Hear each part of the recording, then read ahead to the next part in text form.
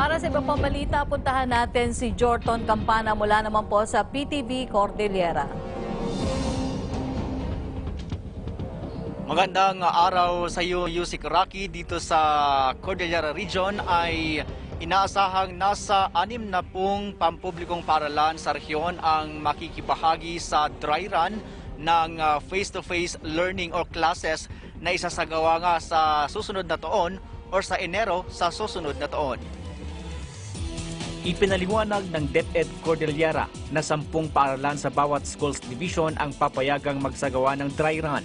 Ayon kay DepEd Cordillera Regional Director Stella Carino, mapipili ang mga lugar na low risk o wala pang naitatalang kaso ng COVID-19 kaya't malabo na makakasama ang mga paaralan sa Baguio City sa dry run.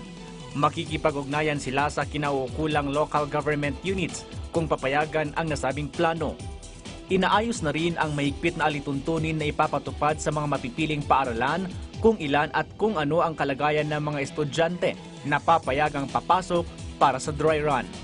As mentioned, we have to see to it that those who will be joining will be on a voluntary basis. It's not compulsory.